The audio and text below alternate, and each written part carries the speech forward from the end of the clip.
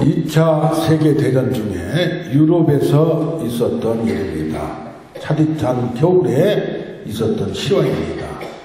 12월 24일 성탄 전야에 프랑스군과 독일군이 작은 강을 사이에 두고 서로 싸움을 대치하고 있었습니다.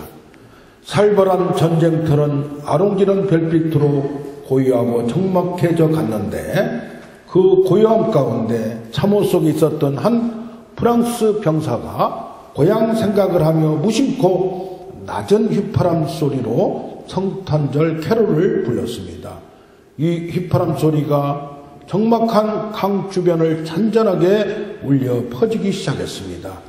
그 애달프고 잔잔한 휘파람 소리는 이내 건너편의 독일 병사의 마음에 향수를 갖게 만들었습니다. 독일 병사가 그 프랑스 병사의 멜로디를 따라서 마음과 입술을 움직이고 있었던 것입니다. 조금 후에 아군과 적군의 캐롤 멜로디가 함께 강을 맴돌고 있었습니다.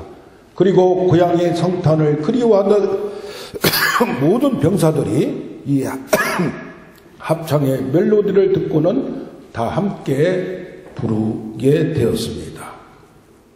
아군도 적국 없는 성탄의 밤이었고 서로 싸우고 피를 흘려는 병사들이 이제는 서로 축하하며 그리워하고 애절 어린 사람의 마음만 남게 되었습니다.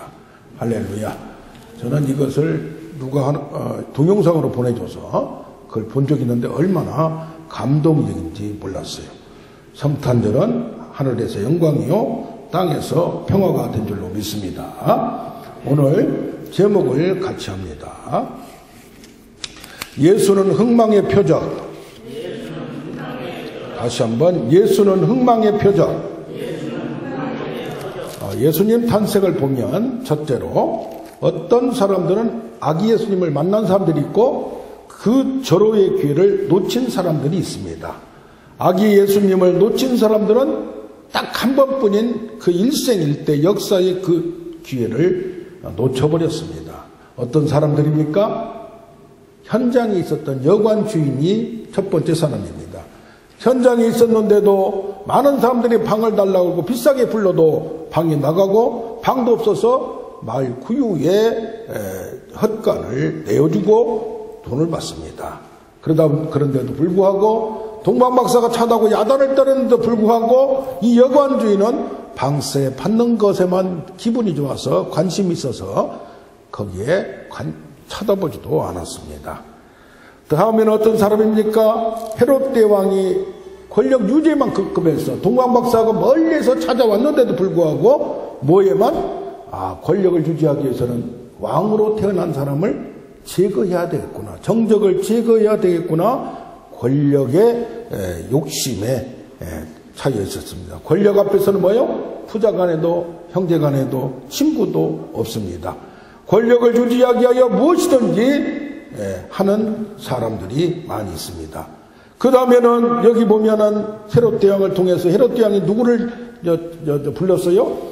대제사장과 서기관들과 바리새인들을 불렀습니다. 이 종교 지도자들까지도 그들은 예식과 예배는 드리는데 날마다 아니면은 안식일마다 메시아여 오시옵소서라고 찬양은 드리는데 건물과 토지 숫자에 아니면 이익집단 권력집단으로 이 정계의 로마의 영향력을 행사하기에만 바빴습니다. 그런데 왜 그렇습니까? 이런 사람들은 예수님이 떠들썩하게 권력을 통해서 뭔가 세상에 이목을 받고 와야 되는데 정반대로 오셨기 때문에 세상이 아무도 눈치채지 못하였습니다. 세상은 뭘 숭배합니까? 권력을 숭배하나 예수님은 가장 비천한 신분으로 오셨습니다. 어떻게 보면 예루살렘에 인척도 없나 친구도 없나 관계 가진 사람도 없나 잘 데도 없어가지고 구육관까지 예약도 못하는 거예요. 그런데 또 세상은 어떻습니까? 부를 숭상하나 예수님은 가장 가난한 신분으로 오셨습니다. 마을 구유에서 또 가장 가난한 부부 가운데 부부의 자녀로 왔습니다. 세상은 거대하고 웅장한 걸 숭배하나 예수님은 가장 작은 마을 어디에서? 베들레헴에서 뭐라고 합니까? 유다 땅 베들레헴아 너는 작지만 실제로 작지 아니하도다. 왜? 거기에서 큰 인물이 나온다고 말합니다. 세상은 또한 즉각적인 결과, 즉각적인 효과를 원합니다. 그러나 예수님은 오랜 세월 동안 기다리게 하였고 전혀 눈치채지 못하게 하였고 또 예수님이 세상에 등장하기까지는 30년이라는 세월을 기다렸습니다. 목수였습니다. 초라했습니다. 그러므로 많은 사람들이 찾아온 것도 아니었고 이방인들, 그것도 이방인들 초라한 목자들만 찾아왔습니다. 그러면 우리들도 너무 현실에 바빠서 우리가 추구하는 게 바빠서 예수님을 놓칠 수도 있다는 것을 우리는 점검하는 우리가 되길 원합니다. 그런가 하면 예수님을 만난 사람은 어떤 사람들이었습니까? 여기 보면 동방박사, 목자, 시몬과 안나 세 가지 부류를 볼 수 있습니다. 이 사람들이 어떻게 해서 만났나? 이 사람들은 자기 만족과 자기 자랑을 할 수도 없는 위치였고 자기 필요를 인정하여 어쩔 수 없이 직업상 아니면은 현실적으로 그렇게 할 수밖에 없는 성실하고 정직하게 살아온 사람들이었고 아기 예수를 보고도 그를 영접하게 겸손한 초라하게 왔지만 그것을 받아들이기 왜? 자기도 초라한 신분이었고 초라한 형편의 사람들이었기 때문에 정직하고 겸손하였습니다. 이들에게는 공통점이 있습니다. 뭐가 있었습니까? 인도자들이 있었습니다. 누구에게? 동방박사에게는 별이, 자기가 연구하는 별이, 기중강에 생각하는 큰 별이 징조를 보여주고 자기를 인도하게, 신비스럽게 인도하기 시작합니다. 누굽니까? 목자들은 갑자기 천사가 나타나서 웅장하고 아까 찬양도 멋있었지만은 정말 천사들의 합창소리를 들으면서 인도를 받았고 이 두 사람도 성령의 인도를 받았습니다. 우리가 예수를 믿는 것은 우리가 마음대로 믿는 게 아니고 하나님의 놀라운 일하심, 선행하심이 있음을 우리는 알게 될 줄로 믿습니다. 그들은 탄생 소식을 그들을 통하여 듣습니다. 뭔가 징조가입니다. 이끌어갑니다. 그것을 예민하게 따라갑니다. 예수님을 만나게 된다는 인도가 있었던 걸 봅니다. 그런가 하면 그 부르심에 순종하여 멀리까지 베들레헴까지 산과 강을 건너서 밤늦은 시간에 거기를 대가를 지불하면서 그 부르심을 순종하였습니다. 베들레헴은 다윗의 동네요, 이새의 뿌리요, 다윗의 후손에서 구원자가 탄생한다는 오래전의 예언을 아무도 눈여겨보지 않고 지금 오늘 나타난 것을 알지 못하였지만은 이들은 따랐다는 얘기입니다. 거기까지 가서 구세주 아기 예수님을 발견합니다. 아기로서 왕이 태어나고 구 이후에 있는 아기가 표적이라는 것을 보고 아하, 천사들이 말한 게 확실하구나. 구원자를 발견하고 경배합니다. 왕과 구원자로 예배합니다. 그런가 하면 동방박사는 그것을 표시로, 증표로 예물까지 드립니다. 동방박사의 예물은 특별한 의미가 있었습니다. 황금은 왕의 금속이었고 태양을 상징하고 변하지 않습니다. 휘황찬란합니다. 그러나 영원합니다. 그래서 모든 걸 초월하는 만왕의 왕, 하늘의 왕과 땅의 왕이 되시는 통치의 왕을 봅니다. 유황은 뭡니까? 성전에서 그 향을 뿌려서 하늘로 하나님께 드리는 성전의 쓰이는 도구입니다. 향료입니다. 땅에서 모든 걸 치유합니다. 예수님은 사람이 아니고 하나님께 드리는, 하나님께 제물로 드리는 하나님과 관계됨을 알 수 있습니다. 몰락은 뭡니까? 인간의 시체를 썩지 않게 합니다. 인간에게 필요한 겁니다. 예수는 바로 진실로 인간이었음을 알게 됩니다. 할렐루야. 동방박사와 목자 사이에는 그러나 현저한 대조가 있었습니다. 그러나 이러한 것이 장애가 되지 않았습니다. 여기 보면 어떤 사람들은 세상에 관심이 있었기 때문에 그것이 그들에게 장애가 됐지만은 동방박사는 사회 지배층이었습니다. 왕하고 왕의 자문이었습니다. 그러나 목자는 하층민이었고 무시당하는 계층이었습니다. 동방박사는 부자여서 예물도 드릴 수 있었지만은 목자는 드릴 것이 없었습니다. 동방박사는 하늘을 연구하는 사람이었지만은 여기 목자는 땅의 사람들, 밤늦도록 일하여야 생존할 수 있는 힘들게 살아가는 사람들이었습니다. 동방박사는 멀리 다른 나라에서까지 끝까지 그것을 해치고 왔지만 목자는 그 지역에서 그 당시에 있었기 때문에 선택을 받았습니다. 할렐루야. 그래서 예수님을 만난 사람들은 어떤 상황이 있든지 자기를 이끄는 인도자를 통하여 그를 따라갈 때, 부르심에 순종할 때 예수님을 만날 수 있음을 확인할 수 있습니다. 둘째로 예수님을 만나는 목적이 사람마다 상이합니다. 다릅니다. 그러나 모두 다 자기의 역할이 있음을 우리는 발견합니다. 동방박사는 와서 뭐라고 했어요? 유대인의 왕으로 나시니가 누구입니까? 뭐요? 왕의 직분으로 예수님이 온 것을 간파한 겁니다. 하늘을 연구하다가 특별한 별의 움직임을 보고 위대한 존재, 특별한 존재, 역사적인 인물이 탄생될 것을 그들이 연구하는 전문적인 지식을 가지고 발견하는 겁니다. 이들은 예수를 몰랐습니다. 성경을 몰랐습니다. 그게 뭡니까? 일반적인 계시로 자연과 역사를 통하여 나타나는 그들의 지식과 그들의 학문과 논리를 통하여 또 인정되는, 입증되는 예수님의 존재를 우리는 확인해야 될 줄로 믿습니다. 하늘과 땅을 지으신 그 하나님께서 예수님께서 오실 때 모든 것을 동원하여 알 수 있도록 오셨다는 얘기입니다. 일반적인 논리와 이론을 통하여 이성과 양심으로도 하나님의 존재가 증명되는 겁니다. 칸트를 통하여 우리가 양심 있는 걸 압니다. 칸트를 통하여 우리는 이성이 논리적으로 생각할 때 하나님이 존재할 수밖에 없는 증명을 추론할 수 있습니다. 첫째 무엇입니까? 하나님이 존재했느냐 안 했느냐, 그것이 무엇이냐? 존재하시는가? 존재하지 않으시는가? 또한 뭐야? 하나님의 무엇인가? 본질이 무엇이는가? 우리는 삼위일체 하나님을 봅니다. 성부 하나님, 성자 하나님, 성령 하나님을 우리는 발견합니다. 그런가 하면 이 하나님은 누구인가? 그 속성이 바로 누구인가? 하나님은 뭐요? 출애굽기 3장 14절에 나는 스스로 있는 자니라. 할렐루야. 단순성입니다. 하나님 혼자만 가질 수 있는 속성입니다.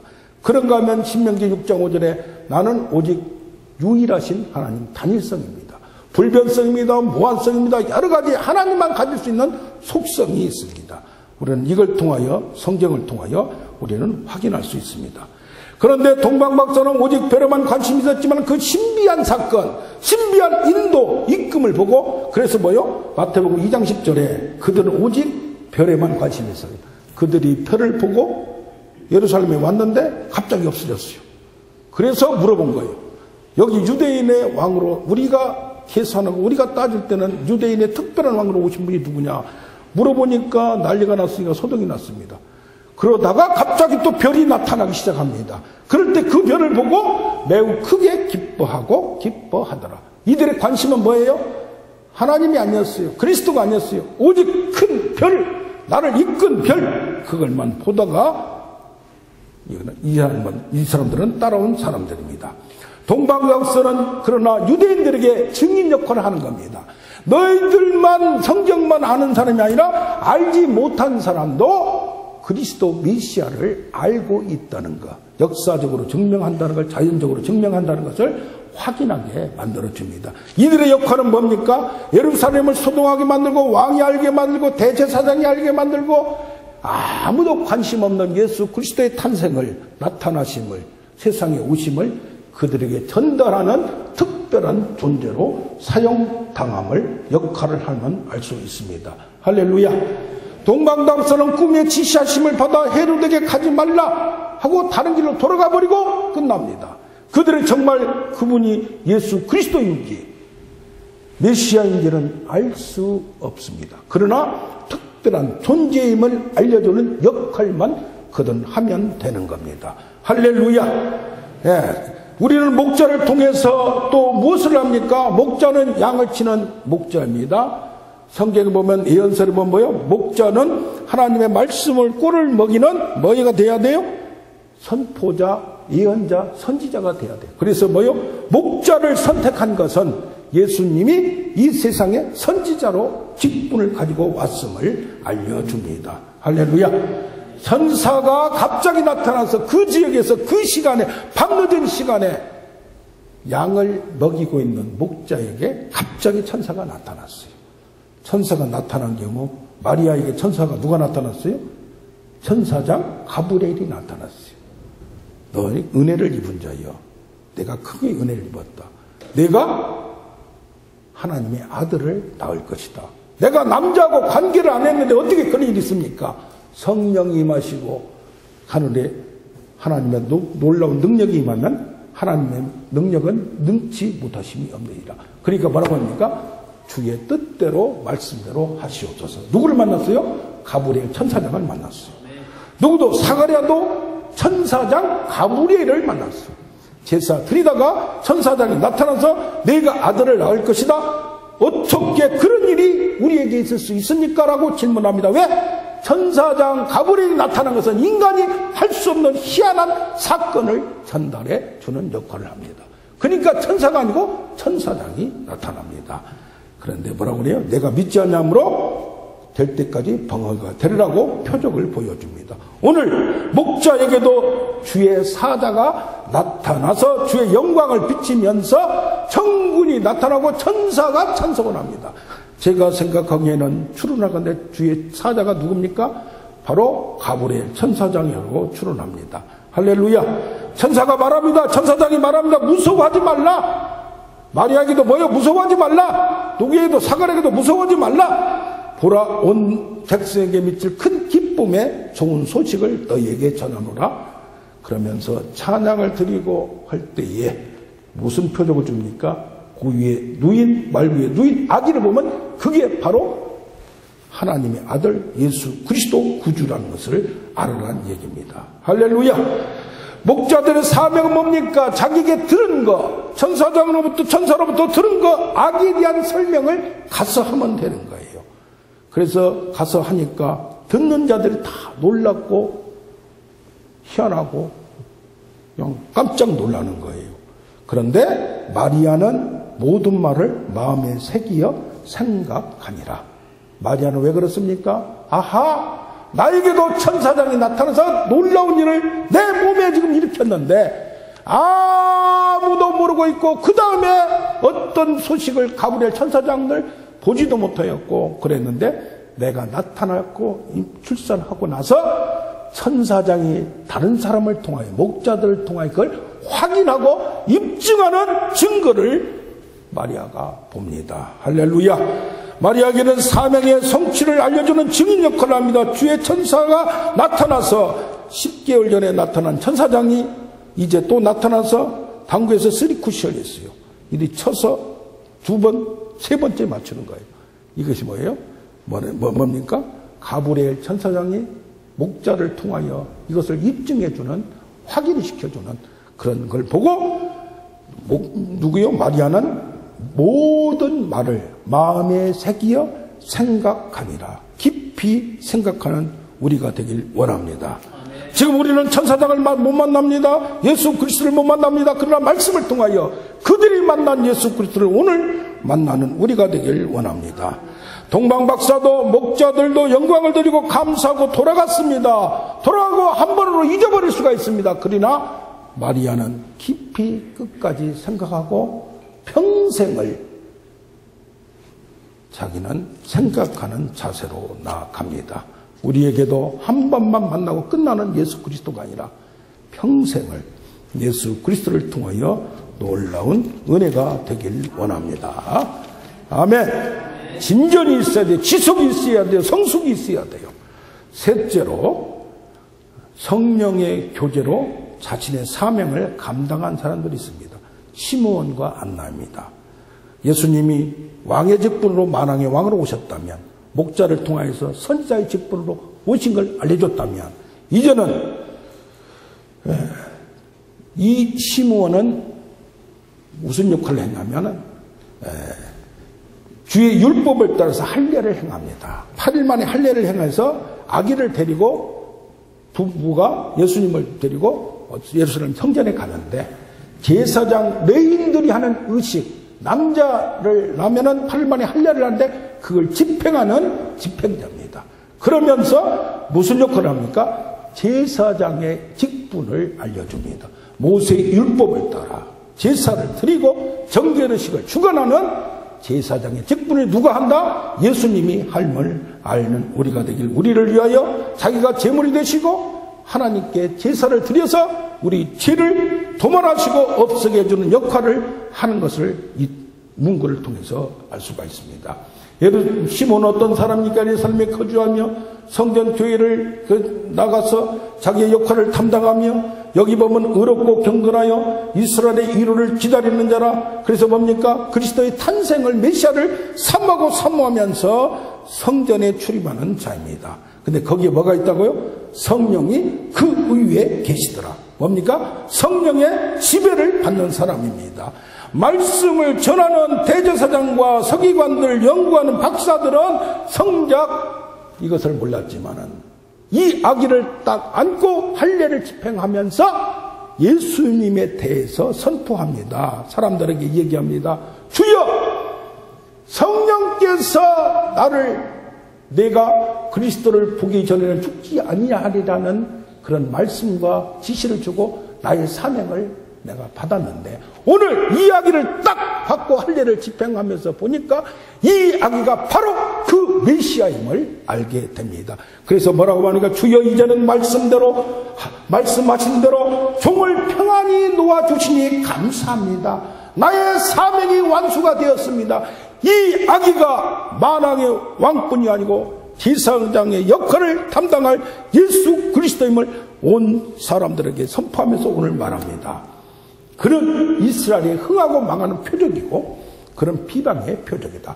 그래야 모든 사람들이 예수를 믿는 자와 안 믿는 자의 확연히 갈라지는 그 표적의 역할을 한다.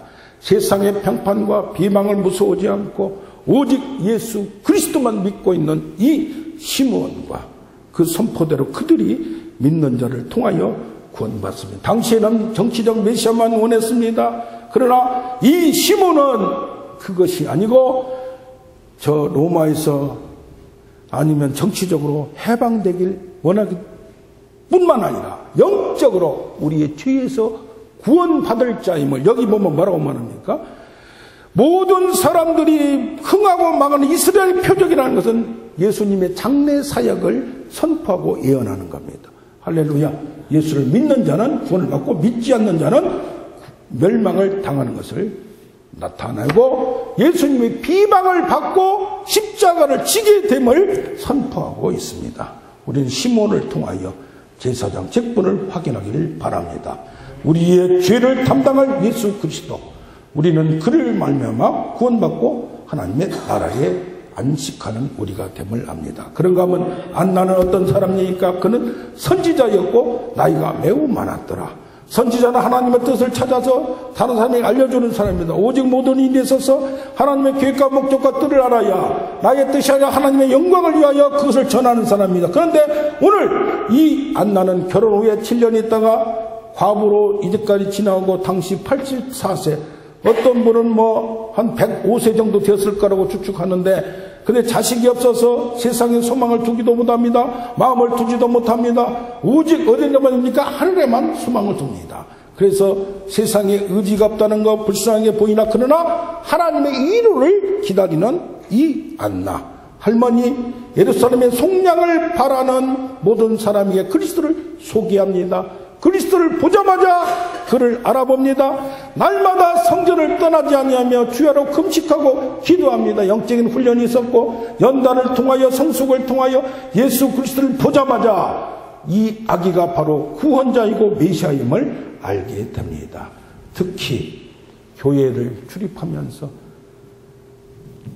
동방박사나 목자들은 한 번 예수를 보고 끝났지만은 교회를 출입하면서 날마다 출입하면서 예수 그리스도가 오기를 자발적으로 이들은 갑자기 표를 통하여 천사를 통하여 예수 그리스도를 만났지만은 안나와 시몬은 자발적으로 올 때까지 찾아다니고 기다리는 그 자세를 봅니다. 할렐루야. 그래서 뭡니까?